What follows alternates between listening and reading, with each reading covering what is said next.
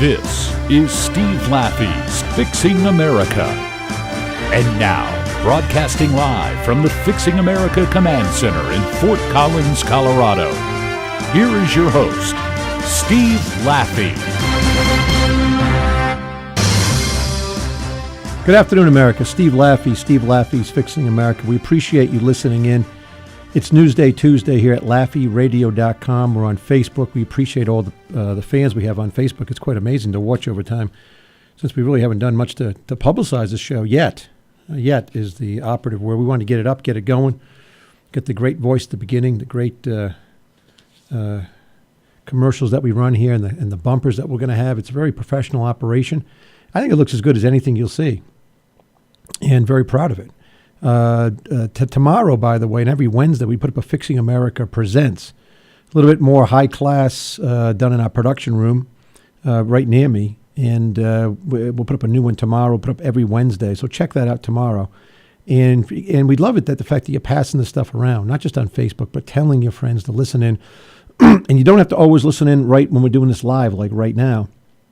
You can listen in tonight on our self-loading app that we have for you. So today, Newsday Tuesday, here at Laffey Radio, and we take on more than one topic, and we've gotten a lot of feedback too about some of those single issues we've taken on, like Common Core, and that disaster that we have in Common Core, which is new educational standards. And I say standards with parentheses around them because it really is not. It's really the federal government getting more involved in your life, which you don't need. And we're watching that even happen here in Fort Collins, Colorado, where people are out protesting and holding up American flags because the public schools.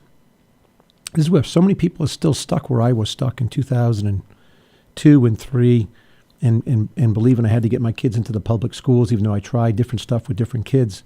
And I was the mayor of a city, my own city where I grew up, and began to realize there's no fixing it.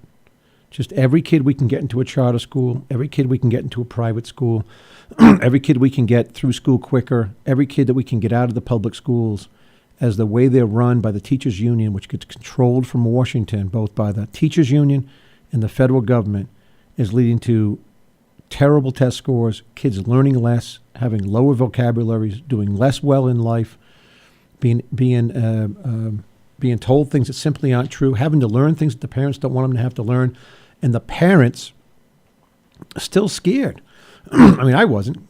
But many parents, that is the thing that goes so unspoken in America today, how scared parents are to speak up about the public schools. And they know why. I mean, it's the law of, of these large numbers, that amount of kids in school, but it's your kid. And when you speak up, you find that he gets the worst teacher next semester when there's 3 classes in 5th grade. You find that he gets a lower grade. You find the teacher won't see you. So when you speak up about all the things that are wrong in these public schools, and yet they just keep happening, like a ticking time bomb that's hurting America. It's one major thing, but it wasn't even on my topic today. What I want to tell you is yesterday, in fact, we also do these every day, and I got to do some more today, Laffey Minutes. A little more lowbrow, regular guy. I'm usually going somewhere, often surprised by the camera that keeps following me, and I look up, and there I am. I could be baling hay. I could be, walking down the street. Sometimes in the terribly cold weather we've had here in Fort Collins and much of Colorado, that I'm actually inside the last couple of weeks because the camera people don't like to go outside -10, I guess. But Saturday, the one I plays today, I did on Saturday. I took my second oldest son to take his ACT tests again. And as I was driving back, after dropping him off, even though he drives, I just drove him down. Roads were bad. I kind of wanted to spend some time with him because he's so busy now at college. But he's still taking these ACTs, which is a whole other story. So I drive back. I go around the corner. I'm coming from a residential neighborhood. And there I am, my left-hand side, I see a pot shop, a dope place. They're selling dope legally. I mean, so I stop and I look at it, and I said, when I come pick up Samuel, I film this one. You got to watch. It's out today. But literally, I can see kids playing nearby of a pot shop. And people are like, even when we film, they're just walking in like, hey, it's legal, whatever. They had a whole thing last night on a poll was taken about how people feel in Colorado about pot. And it is 55% of the people who wish they didn't pass although 55% of the people pass. So there's these 10% of the people in the middle who have no idea how they're voting, I guess, and stuff, and they just get starting to be revulsed by the fact that people are smoking pot. But it did say that 10% of the people in Colorado have smoked dope legally since January 1st. So 10%. That's an awful lot. Plus, it's all done in cash. I mean, eventually there's going to be a bunch of murders over this. But it was so disgusting. You know, here's a town of Longmont that I was in, which is a nice town on what we call the Front Range here. And you're heading down, and you see this, and you say, Now, listen, Colorado has every right to vote on it and pass it, I suppose, even though, that could be an old subject of do they have the right to do that because of the federal law that's against it. But, look at the 10th Amendment. I guess states could decide on whether to smoke dope or put heroin in your arm, I mean, we've got another, I don't know what I did with that talk. Here we are. I was going to talk about this to the very end, but just so you know, I was talking about this a couple of weeks ago. Prescription painkiller is seen as a gateway to heroin. I had said something that 80% of heroin users, 99% of heroin users started smoking pot. 99%. Like there's this one guy who found some heroin, stuck it in his arm. We were talking about the tragic death of this one actor. And but it's just tragedies every day on heroin. And now there's a 900% increase in heroin use in Colorado. Gee, I wonder if they has anything to do with the medical marijuana, which led to the legal pot, to the pots. I guess, anyway.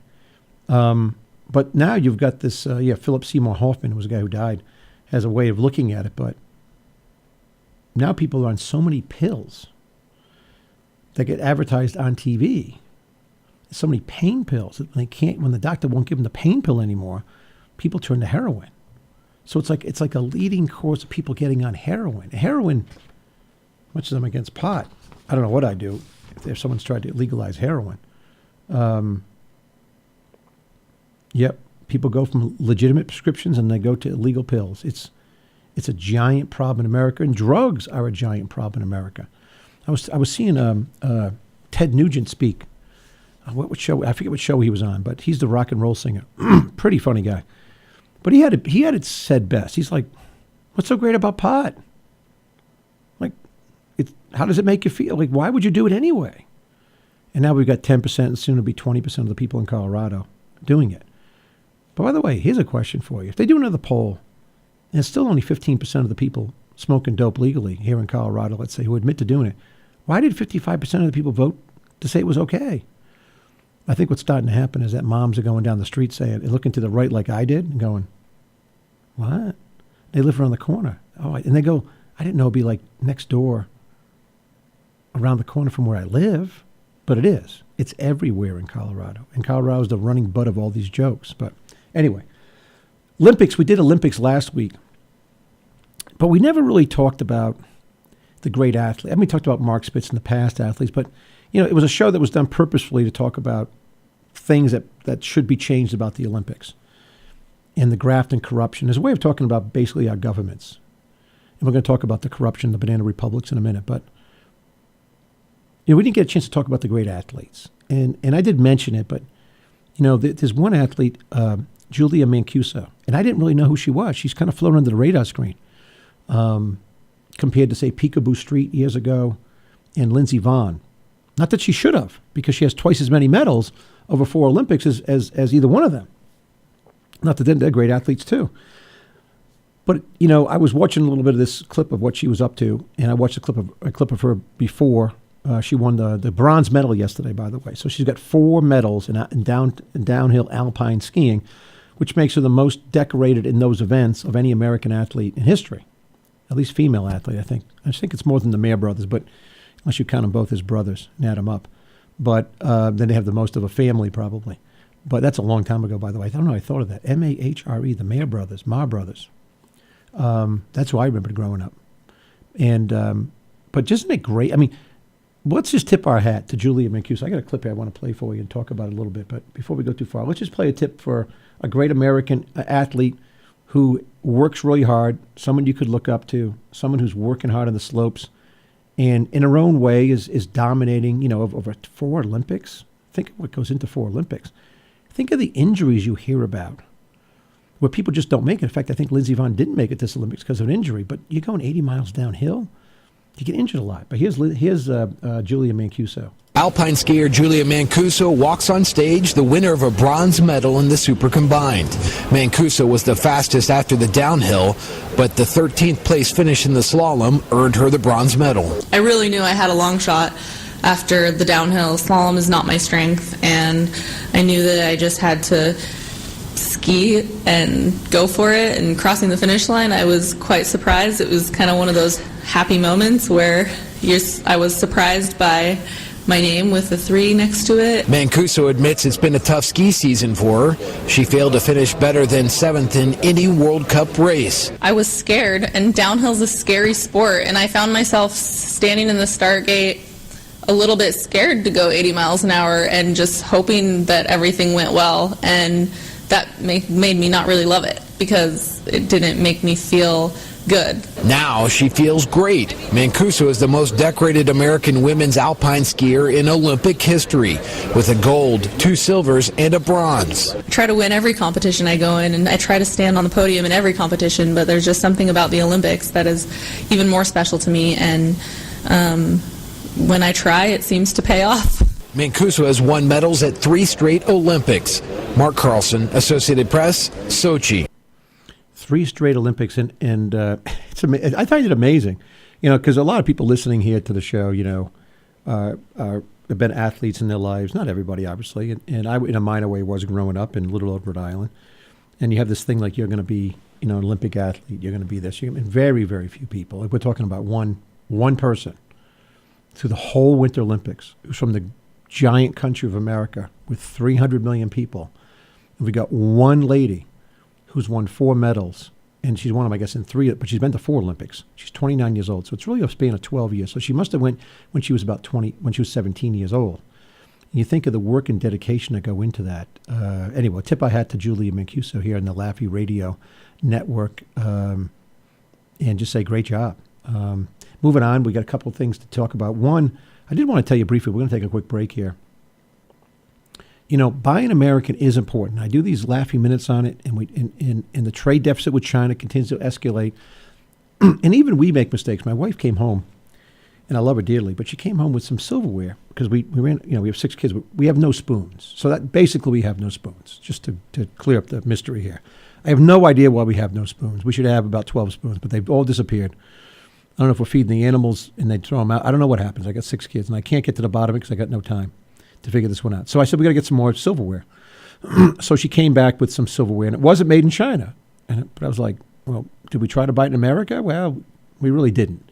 So we found the receipt. We took it back the other night. And going online, there's a company called Liberty. Look up American-made silverware. There's only one company I can find left that makes American-made silverware. And is this, in this particular case, is it more? Yeah. Over the next 20 years, is it like half a penny a day? It's like half a penny a day or whatever. It's not that much when you kind of price it over a long period of time. And the reviews on it was very good. Now, we haven't gotten it yet, so I still have no spoons. So, like, I'm eating with forks, stuff I should eat with spoons and so forth. But that's what happens when you have 6 kids, or at least five of them are still whipping around the house right here, causing mayhem. And so, but it can be done, and that's what I urge you to do. Even if it's just taking this clip and saying to people, like try. And we have plenty of clips of Laffey Minutes about trying to buy things made in America. And if you can't find them in America, or if you like a different style, try North America. Like go to Canada. If you can't find it, try one of our free countries in Europe. But don't get over to where they're having the slave labor. Just don't do it if you can help it. Some things you can't help. I don't know where you're going to get your computer from. It looks like, I don't know where you're going to get your TV set from. You're going to get them from some country that uses slave labor, I suppose. Communist China, number 1. Oh, we got to take a break. So it's Steve Laffey. We're going to come back and start talking about some of the very serious topics. We won't take an hour on them. We'll just take a segment on them. But it's Laffey Radio, LaffeyRadio.com. Thanks for tuning in here. And don't forget to find us on Twitter, which we just broadcast out every day. More people are following us on Twitter, too, which we appreciate, and putting up and passing around some of the videos we're working on. Steve Laffey will be right back. Stay tuned. Steve Laffey's Fixing America returns after these commercial messages. Picture this, your next trip, Utah, 5 national parks. First, Zion. You're walking, the ground rises, the ground drops, the ground becomes water. Next, rice. You're riding a mule. You're riding a mule under giant orange strip castles. You are not dreaming. You will not forget this. On to Capitol Reef. Take the scenic route, the really scenic route. Take a path you've never taken and see the stars for the first time. Now for Canyonlands. You're riding a bike. You're riding a bike on Mars. Now you're riding the rapids. Class 2, Class 3, Class 4, Classic. Arches, 5:32 a.m. Some things are worth racing the sunrise for. The horizon lightens. You round the corner. Whoa. This is Life Elevated. The Mighty Five. 5 iconic parks, 1 epic experience. Plan your trip at visitutah.com. I'm always up for a challenge. It's the feeling of accomplishment that drives me. And there's no better challenge than serving part-time in the Coast Guard Reserve. I protect my country, work with the best and brightest. I get great pay and benefits in return. The Coast Guard Reserve is important work. I get to serve my community, and it's always rewarding. If you were born ready, there's a new challenge waiting for you. Learn about serving part-time at gocoastguard.com/reserve. This is Nnamdi Asamoah. I play football for the Philadelphia Eagles, but what I do off the field with United Way might be more important. I'm a volunteer tutor and mentor. Why? Because over 1 million kids a year drop out of school, and that's not okay. It takes 12 years to create a graduate, but it takes about the same time to create a dropout. And the difference between a child becoming one or the other could be me, or it could be you. Studies show that if we get to these kids earlier, their chances are better. And kids who read well by 3rd grade are more likely to graduate. So join me in United Way. Suit up and take the pledge. Become a volunteer reader, tutor, or mentor. Because when a child succeeds, we all succeed. Give, advocate, volunteer, live united. Take the pledge at unitedway.org. Brought to you by United Way, the Ad Council, and the National Football League. And now, back to the Fixing America radio program with your host, Steve Laffey.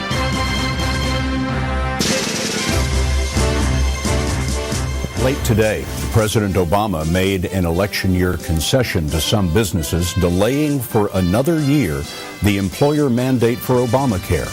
Major Garrett's at the White House for us tonight. Major? Scott, this is the second time the Obama administration has delayed the Affordable Care Act's employer mandate. This latest change gives mid-sized businesses an extra year to comply with the regulations.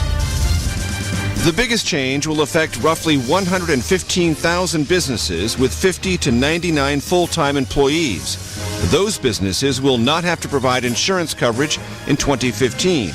Employees will need to be covered beginning in 2016, or the business will face a penalty.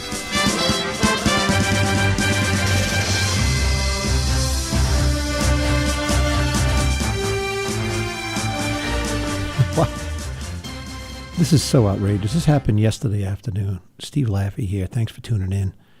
Newsday Tuesday, where we can take on a couple of topics. I think tomorrow we'll just take on this whole thing, but we got to talk about it today. How in the world did we get to this place? How did we get here? How did we get where the federal government is dictating so many aspects of our lives, and nobody's marching to Washington? Like there's so many disparate groups talking about it. Like I'm talking about it here. And I'm sure people all over radio are talking about this one today. We take on a lot of topics that nobody does sometimes, and we do them in a lot more depth, whether it's not spending 3 minutes on minimum wage, but spending an hour on it. We'll spend 2 hours reviewing the president's speech. So many of my friends, by the way, this is true. The president's State of the Union address was the least watched of all of his. And so many friends said, Steve, I love the show, but I can't listen to the guy anymore. And some of them are Democrats. They just can't listen because the whole thing is wrong. There's falsehoods in the whole speech. But they don't want to listen to him for a very long period of time. But to tell, without going back to Congress, and to tell Americans, hey, you know what? If you got 50 to 99 employees over the last year, You're not just delayed for 2015. By the way, you're delayed to 2016 for having to implement this law and paying that $2,000 plus penalty per worker. Just come straight out of the Treasury Department. Now, we've been through the Constitution many times in this show. But it's fairly obvious to everybody that the president's supposed to carry out the laws that have been enacted. And any of the executive orders are supposed to enhance the laws, not be in violation of them. I mean, let's hear, for example, this is Charles Crothammer. He was yesterday talking about, just after it happened, and I'd like to hear what he has to say about it. Not that I always agree with Mr. Crothammer, but let's see what he has to say today. In Washington from the outside, they see that this is always how it is, that it's always about the next election and figuring position, whatever legislation, until you get past the next election and then something bad gets through. But generally speaking, you get past the next election by changing your policies, by announcing new initiatives, but not by wantonly changing the law lawlessly.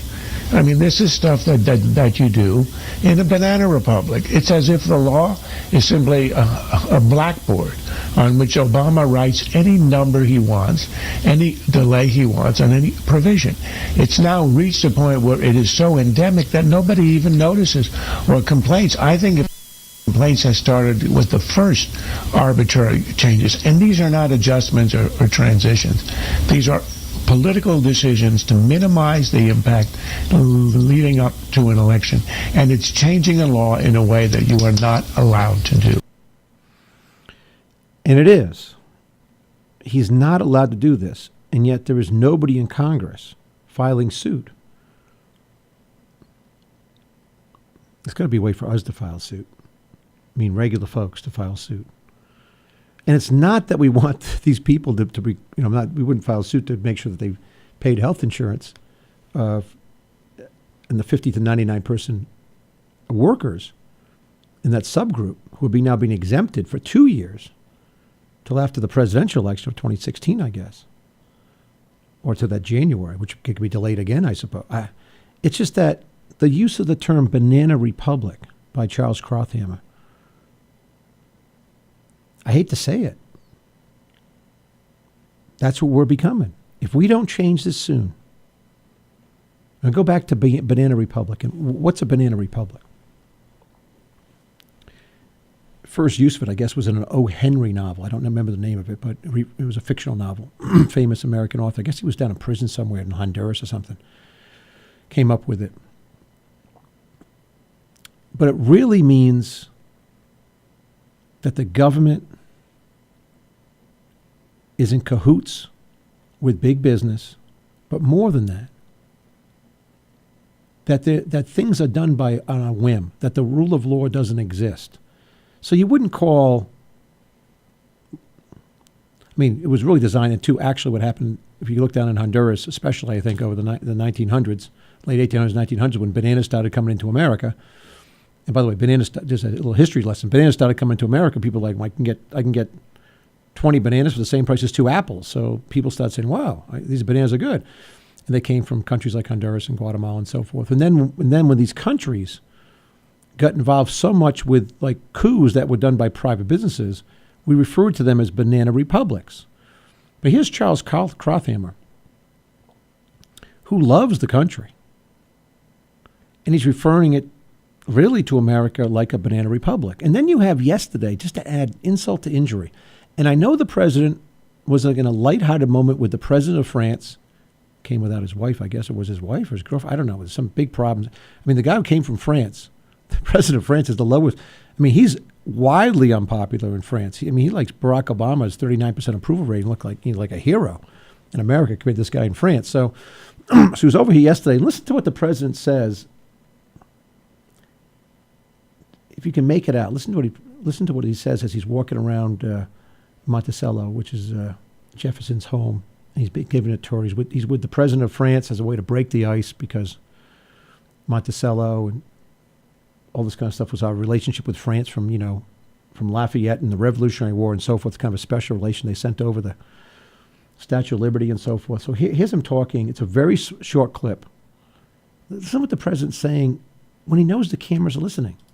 Sorry, we're breaking protocol here. That's all right. That's the good thing about being president. I can do whatever I want. Let me play it one more time. I got to play this again. Did you hear what he said? Sorry, we're breaking protocol here. That's all right. That's the good thing about being president. I can do whatever I want. He's actually saying about taking a walk through some gardens that I guess no one can go to unless you're the president of the United States when you're with the president of France, which fine, totally fine. And he is joking. But this is now going to stick because this is what's summing up his presidency. He thinks he can do whatever he wants. He actually says it. And he couches it in terms of when I can. But the fact is, on this particular point, when the law says, and we got to go into what the law says, you need to know that. We picked this out here.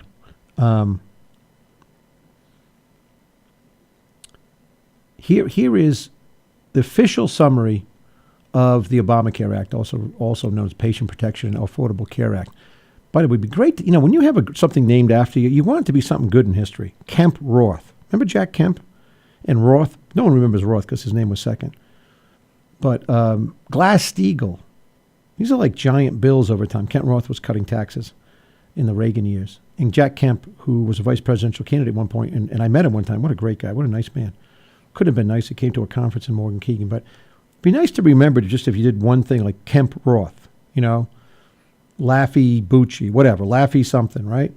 That's something to really help people, right? We're cutting tax rates and making it more simple and so forth.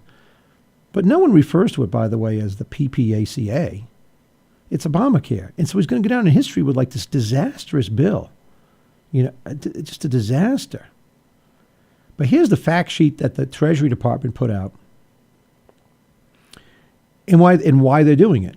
They say, quote, to ensure a gradual phase and insist the employers to whom the policy does apply, the final rules provide for 2015 that the employee responsibility provision will generally apply to larger firms with 100 or more full-time employees in 2015, employers with 50 or more full-time employees starting in 2016. The fact sheet goes on to say, quote, to avoid a payment for failing to offer health coverage, employers need to offer coverage to 70%. These are for the ones with 100 or more people of their full-time employees in 2015 and 95% in 2016 and beyond, and may offer coverage to employees with 35 or more hours, but not yet to the fraction of the employees who work 30 or 34 hours. And they're just changing the law, not enforcing the law, changing the law. And they only are doing it for political reasons. Just political reasons. I got to play this one more time. Sorry, we're breaking protocol here. That's all right. That's the good thing about being president. I can do whatever I want. Can do whatever he wants. And granted, but the Banana Republic issue goes back to, in fact, there's a political cartoon that I saw today. I'm not going to get through all of it right now. Gosh. It's a political that sums it up better than anything I could see. And it's a political cartoon, and it has like all the things that the Obama administration has done. And granted, a lot of administrations have done executive orders, but politicizing the Justice Department, all the executive actions that they've taken, including the one we just spoke about, not enforcing immigration when the DREAM Act did not pass at a federal level. They don't enforce it. So the DREAM Act actually exists because Eric Holder is violating the law along with President Obama. How about listening in on the AP, Associated Press phone records? How about the Fox reporter who was investigated for no good reason? How about the Obamacare bait and switch? You can keep your health insurance, you can keep your doctor. How about the recess appointments? By the way, we got to do something on that. How about these recess appointments that weren't done during recesses? And they've been slapped around by judges, and they still do it. How about Obamacare? How about we talked the Obamacare delays and exception? How about, I didn't know, we did a show on this too. 16.4, I got to take a break. I'm not even through. 16.4 billion of green stimulus loans targeting enemies.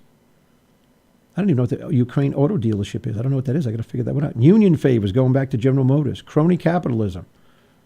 Stimulus funds and political supporters. Solyndra. Using the IRS. That's a banana republic. That's what it is. Right? So we can't live like this anymore. We can't do this anymore. And we can't just keep talking about it anymore. But we'll take a quick break. Steve Laffey's Fixing America. Be right back. Stay tuned. Steve Laffey's Fixing America returns after these commercial messages. I am an American soldier. I'm a warrior and a member of a team. I serve the people of the United States and live the Army values. I will always place this first. I will never accept defeat. I will never accept defeat. I will never quit. I will never leave a fallen comrade. I am disciplined. I am disciplined. Physically and mentally tough. Trained and proficient in my warrior tasks and drills.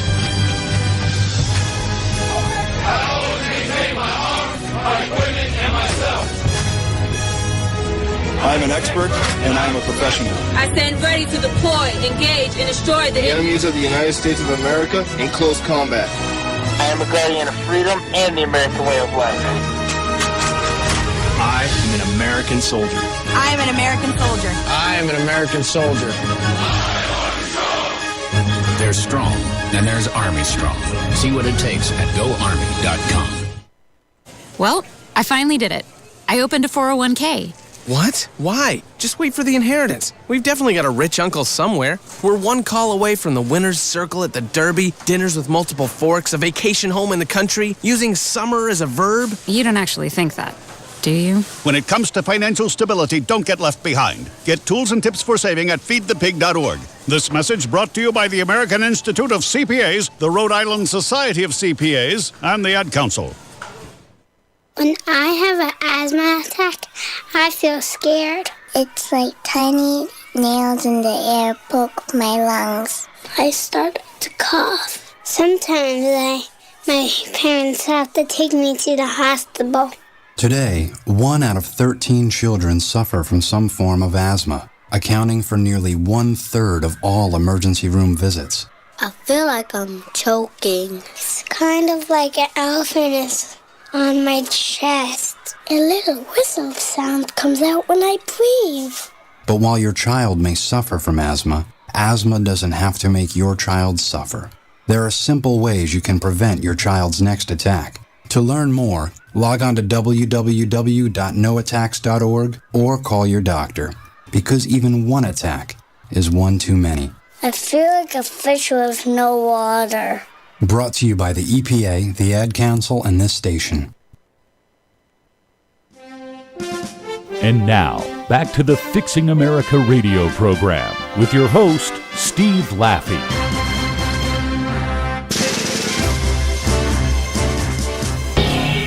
President Obama making good on his threat to use his pen and his phone, and Republican lawmakers insisting this executive order will put the U.S. at risk.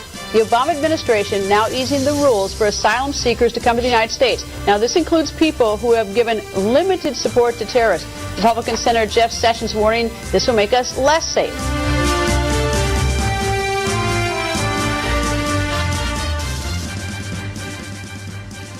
What banana republics do? They just change the laws. So in this particular case, that's Greta on Fox, I think last night. Steve Laffey. Yes, Steve Laffey's Fixing America at LaffeyRadio.com. But we appreciate you tuning in. That's her talking about something that's so ridiculous.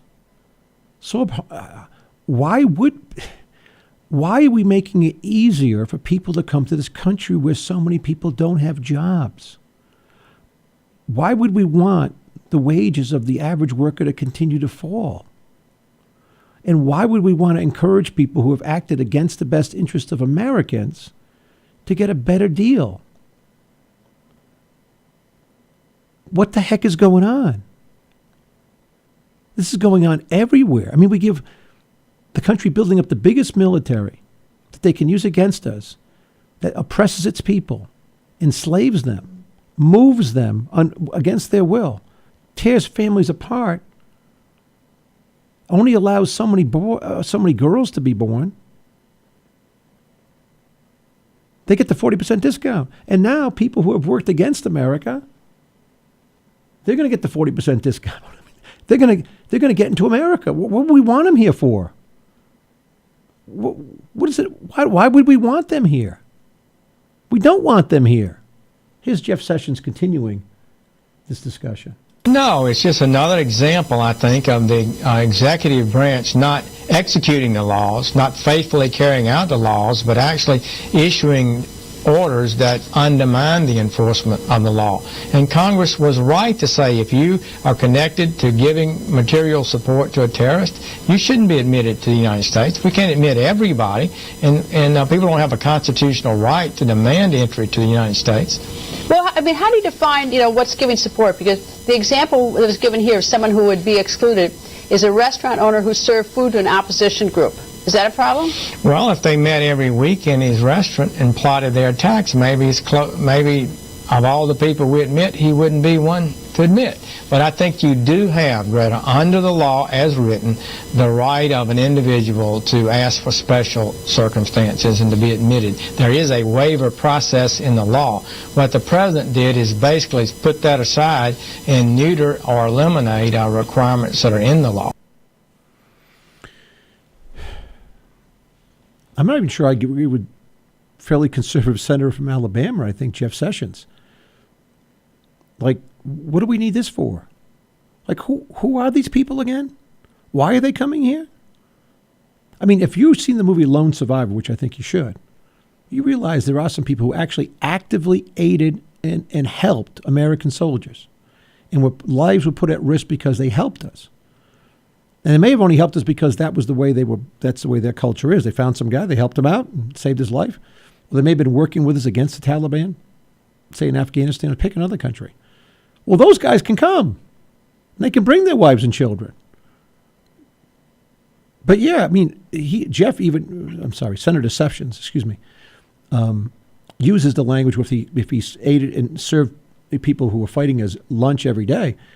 I don't care if they served them once every day or once. Like, why would they come here? Like, why are we taking these people in? Any of them, except the ones who actually have helped Americans, either on a battlefield, risked their lives, showed them the way out of the woods. Those people, sure. Fly them in. But these other people, I'm not sure. Why have none of these laws been changed? I mean, we're talking about immigration, I guess, this year, too. And we got a couple of clips on that. Let's play. By the way, immigration, we got to get to the most important topic, I guess. Again, the next topic we're going to talk about, which is the Republican Party allowing a clean, quote-unquote, vote with no attachments on raising the debt ceiling, and even voting to raise the debt ceiling when it's $17 trillion. Is really like the death of the party. But this thing about immigration, to continue with Schumer and Mitch McConnell, who have been talking about it, the Republican Party, it's sort of like they think they're up and they're going to run out the clock for this election because they couldn't care less about, I'm talking about the national, I'm not talking about like the local Republican guy running or some guy running for office. I'm talking about the national party and Boehner, Majority Leader Boehner, and McConnell, the Minority Leader McConnell, in their attitude that they think they can pick up some seats, so they're just going to let it ride. Meanwhile, people are suffering. Listen to the comments on immigration. First of all, listen to Chuck Schumer, who I've met one time, who thinks he should be taken seriously with these comments about immigration. Many of the Republicans have said the following. Speaker Boehner, Mitch McConnell, Paul Ryan, even Jim DeMint, they have said they want to do immigration reform, but they don't trust the president to enforce the law, particularly the enforcement parts. So there's a simple solution. Let's enact the law this year, but simply not let it actually start till 2017, after President Obama's term is over. Really? Like, that's what we should do? Does Senator Schumer think anybody will take that seriously? Now, the Republican Party nationwide is running so badly. In fact, I heard people on the radio again today talking about a third party, and it just can't take it anymore. People just can't take it any longer. But do you think anybody's going to trust the next administration? If it was Hillary, let's flip a coin. It could be Hillary Clinton, or it could be Jeb Bush. We want him in charge of immigration? Another Bush in charge of immigration? No, why would anybody do that? Why would you pass laws that are effective now? He just got in his head that let's just get this done. And then, by the way, I guess what can happen, Chuck Schumer understands from the clips that we played, is that President Obama would just recognize it as law now, right? Make everybody citizens for the 2016 election. That's what he'll do. An executive order, right? What does he care? And by the way, here's Mitch McConnell's retort. Well, regardless of where you come down on the worker shortage issue, the immigration bill is not going to pass in this session of Congress. We'll have plenty of time to debate these issues in the future. And I think the principal reason why we won't address it is because the Democrat Senate is not interested in border security. And they are mostly interested, if not exclusively interested, in trying to produce a pathway to citizenship for people who came into the country illegally. That's not going to happen. The House wouldn't pass that, shouldn't pass that. I didn't vote for the Senate bill because it did just that. Mm-hmm. And so I think we'll continue to debate these worker issues in the future, but we're not going to see an immigration bill this year. Well, I guess it's the best we can do is not see an immigration bill this year. But the laws, as you know, aren't being enforced, which turns us back to the Banana Republic of the last segment. The laws on immigration are not being enforced. People are not being expelled from the country for being here illegally. The DREAM Act, which did not pass, which is for younger kids, is being treated as if it did pass. And by the way, I saw more things here. I went and looked up the Ukraine auto dealership. But Fast and Furious.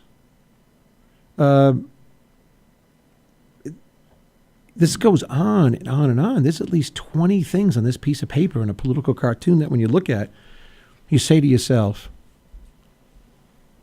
we're really in deep trouble.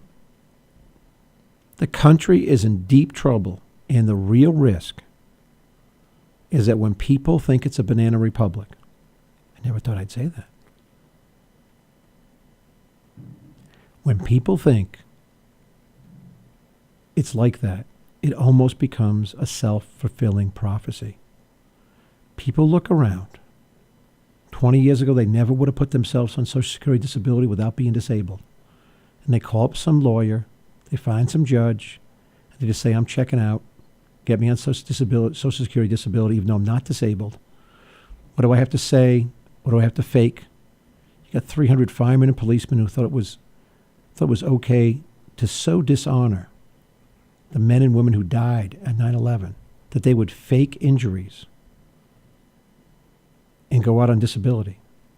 Now, 3 of them been caught. It means there's 600 people out there still haven't been caught, just because they were smart enough not to go fly fishing or pick up a big giant marlin in Florida, right, and get a photo of it and put it on Facebook. People are so dumb sometimes with this stuff. The only good thing about criminals is they're really dumb. The guys who do this are generally very dumb. They're not smart to say, well, wait a second. This is not going to change my life. But it goes back to what we're talking about here.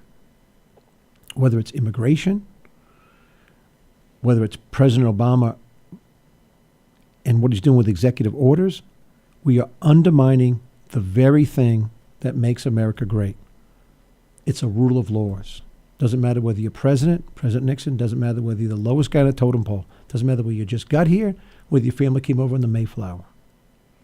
You either obey the laws or through civil disobedience try to change them and take the punishment. Now, like Edward Snowden, who flees the country, and some people think he's a hero. He's a traitor. But we're seeing the whole thing start to disintegrate at a faster clip. That's the risk in America today. And I don't see anybody talking about it. And it goes back to what we're going to talk about when we come back. It comes back to this debt level that even the Republican Party has just thrown in the towel. The budget and the debt. And we take a quick break. We'll start talking about that. Steve Laffey, Steve Laffey's Fixing America, LaffeyRadio.com. Find us on Facebook at Laffey Radio. Follow us on Twitter. Send these little clips we do, the videos we do around, and share them with your friends, and we'll be right back. Stay tuned. Steve Laffey's Fixing America returns after these commercial messages. I'm in almost every school bus and classroom. I go to school with your children. We say the Pledge of Allegiance together. You see me around the neighborhood and you tell me that I'm a pretty good kid. Well, I'm one out of every 5 children in America, and I'm struggling with hunger. This problem is closer than you think. My teacher tells me we can grow up to be whatever we want. I want to grow up to be someone who doesn't go to bed hungry. There's enough food in this country to feed everybody. Please visit feedingamerica.org today and find your local food bank for ways to help. Every dollar you donate helps provide 8 meals for kids like me, quietly struggling with hunger. Together, we are Feeding America. Brought to you by Feeding America and the Ad Council. Students, when I call the reason for your absences throughout the years, please exit the auditorium without your high school diploma. Too tired, family trip, sick day, starting the holidays early. Starting in the 6th grade, students who miss 18 days or more of school in a year for any reason will fall behind and risk not graduating high school. How many days of school has your child missed this year? Absences add up. Keep track at boostattendance.org. Brought to you by the U.S. Army and the Ad Council. The call to serve. It has no sound, yet I have heard it in the whispered retelling of honorable sacrifices made by those who have served before me. The call to serve has no form, yet I have clearly seen it in the eyes of men and women infinitely more courageous and more driven than most. The call to serve has no weight, yet I have held it in my hands. I will commit to carry it close to my heart until my country is safe and the anguish of those less fortunate has been soothed. The call to serve is at once invisible and always present. And for those who choose to answer the call, for their country, for their fellow man, for themselves, it is the most powerful force on earth. America's Navy, a global force for good. And now, back to the Fixing America radio program with your host, Steve Laffey. Pressure in Washington is growing to balance our budget, but should it be balanced on the backs of our nation's heroes, those who are serving? Pete Hegseth, CEO of Concerned Veterans for America, is here to respond. So they're cutting pensions, and you thought rather than just act outraged, let's put something together to find money to refund those pensions. That's exactly right. There's leaders in Congress right now trying to find solutions to these pensions without just screaming the sky is falling. I worked on an op-ed with Duncan Hunter, an Iraq and Afghanistan veteran from California, to say, okay, we're defense-minded, we're hawkish, we want to maintain a strong military, but these COLA cuts are bad. How can we do it? So we laid out a couple cuts, meaning the military pension cuts, the reductions to military pension. You don't balance budgets that way. There are smarter ways to do it. So we've looked at proactive ways like, say, auditing the Pentagon. The Pentagon's books have never been audited. So if you don't know where the waste is, how do you cut it? How do you find it?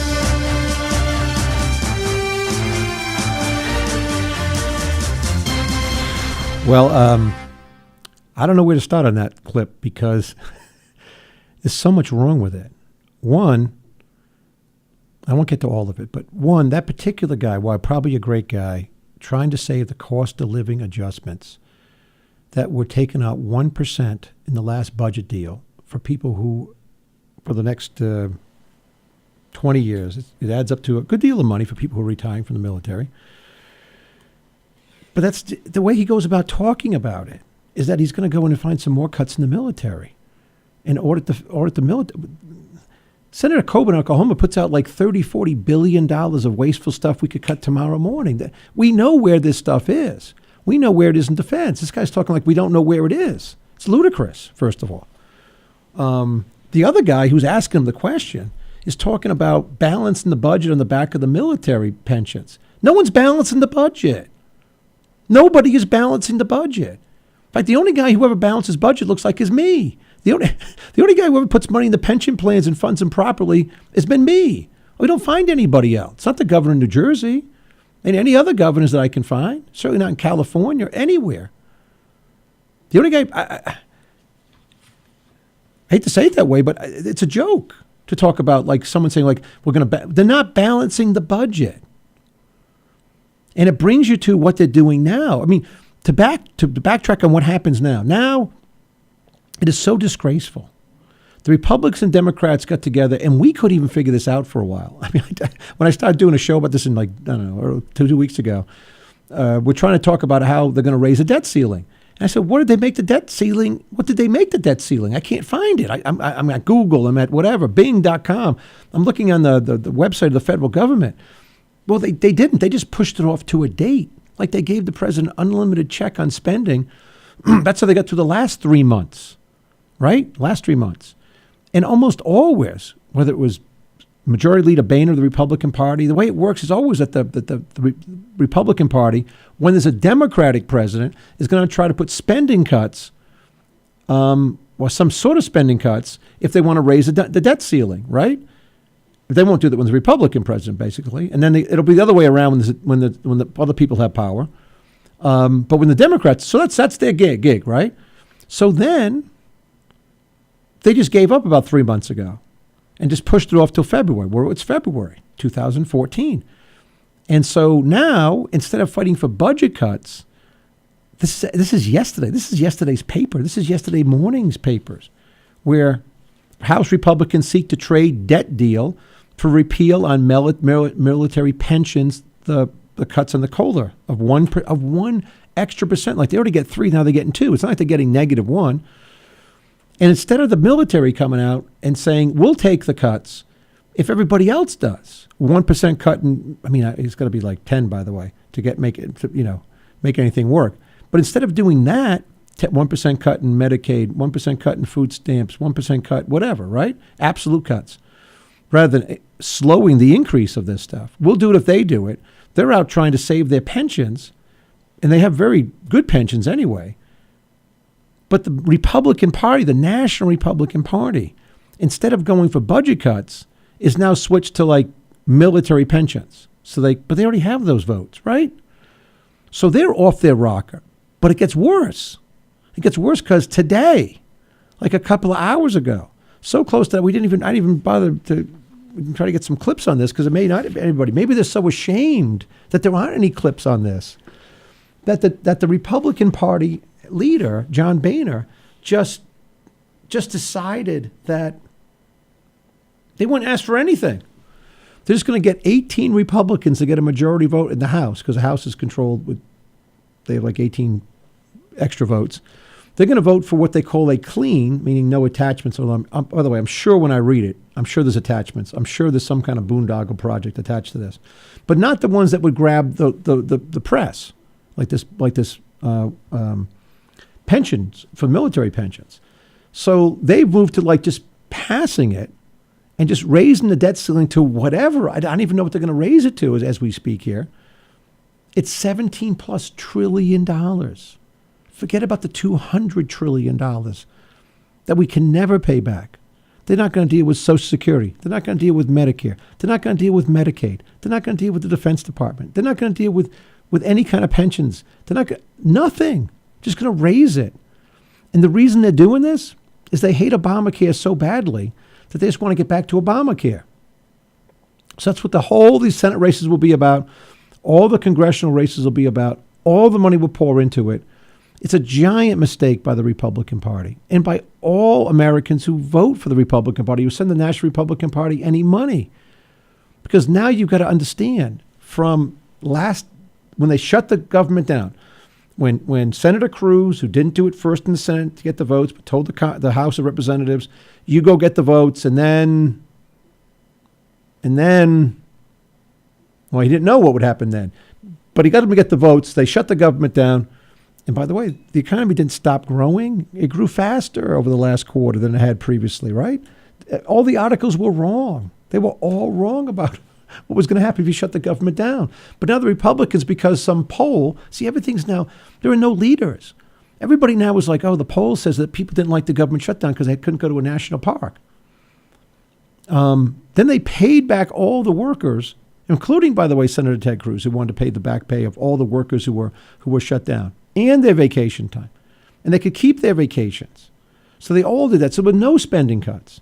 Then they came up with a budget on December 17th, as I remember, where they would get $63 billion out of the government over 10 years. And some of this is this military pension stuff, which adds up to $6 billion, as I remember, of what it would be. Not cuts, by the way, just that the growth in pensions will be $6 billion less.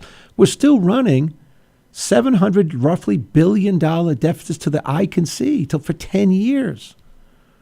For 10 years more.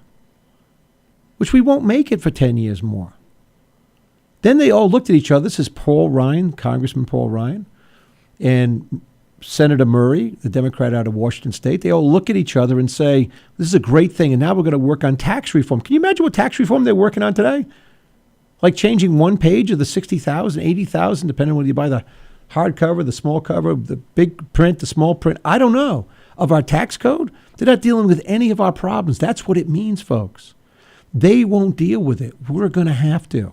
And then it's like a snowball picking up speed of the Banana Republic. And all of a sudden it's here we are.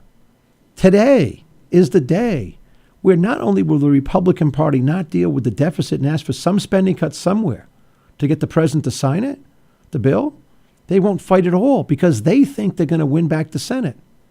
But they won't win back the Senate doing this because people, like when it came to Mitt Romney, people who are normal Republicans have said to themselves even more today or tonight when they watch it on the news or tomorrow morning when they pick up the paper, a pox on both their houses.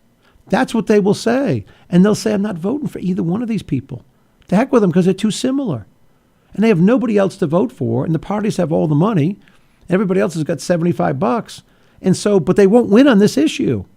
You know, they don't have a great coach like Dean Smith at North Carolina who would put the four-corner offense out when they were ahead before they came up with the time clocks. But he had Phil Ford. This is all like through my memory. I'm sorry if his name wasn't Phil Ford. But I think his name was Phil Ford, who ran that offense. You couldn't get the ball away from him. They had people who could do it. We don't. And so they think they're up by 14 at halftime, but they're going to lose by 3. Because the American public is now really had it. The people who actually, I mean, sure, there's big donors and they want, but the big donors, many cases, not all cases, there's very wealthy people who love this country. But when you hear about immigration and you hear about what the big people want, the big donors want, they want it because they run big companies and they want cheap workers. They want both cheap workers in the American stores, right? Or the retail shops, and they want cheap stuff going into the stores so their profit margins go wider. But they don't give a rat's petunia about the average worker. And all you got to do is drive this country and see this whole thing is falling apart. It's not coming back. They can say whatever they want about the unemployment rate last Friday. I mean, how does the unemployment rate go to 6.5 or 6.6 when we only create like less than 100,000 new jobs? I mean, if I spent time and I'd figure out the mathematical reason. But we need to create at least 200,000 jobs to stay where we are, to tread water, just to stay, to not drown. In the last 2 months, even though I watched TV today where it says the economic growth is huge. What a comeback we're having. It's going to be the breakout year, according to the president. You can't do that by creating 90,000 jobs or 70,000 jobs or 120,000 jobs. You need months where you're creating 400, 500, 600,000 jobs in an economic recovery. That's what you need. And we're not going to get it because it's a very simple thing, and most Americans know that. We're just adding debt onto the problem. And it's taking more debt to get a tiny bit of growth because of the regulation and the law changes, and people don't want to know what to do. How do you start a company that's going to have 50 employees right now? How do you do it? You start 2 companies with 25? They're changing the laws every day. So you don't know what to do. So therefore, the next Apple computer, sure, there'll be one, you know. Apple's not a good example. What is a good example, by the way? The next real great company isn't going to be started as quickly or by as many because of all the regulation, the law changes, and the lack of rule of law. There's no great companies being started in Guatemala today. I love Guatemala. I've been there. I want to go back there. I love the people. But they've got a banana republic. There's guys with shotguns in front of the Dunkin' Donuts, and I got to go. Laffey Radio. Tune in tomorrow. We'll have a hard-hitting show. Laffey Radio at FIXAMerica.com. We love you. Thanks.